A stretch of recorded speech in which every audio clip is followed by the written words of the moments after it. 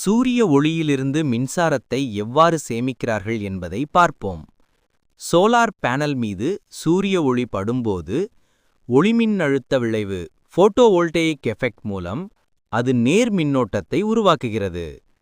இந்த டிசி மின்னோட்டம் நேரடியாக பேட்டரிக்கு செல்லாமல் முதலில் மின்னூட்ட கட்டுப்படுத்தி சார்ஜ் கண்ட்ரோலர் வழியாக செல்கிறது.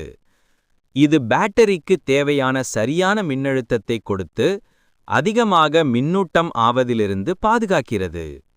ஒழுங்குபடுத்தப்பட்ட இந்த டிசி மின்னோட்டம் பேட்டரிக்குள் பாதுகாப்பாக சேமிக்கப்பட்டு இரவு நேரங்களிலோ அல்லது தேவையான போதோ பயன்படுத்த கிடைக்கிறது.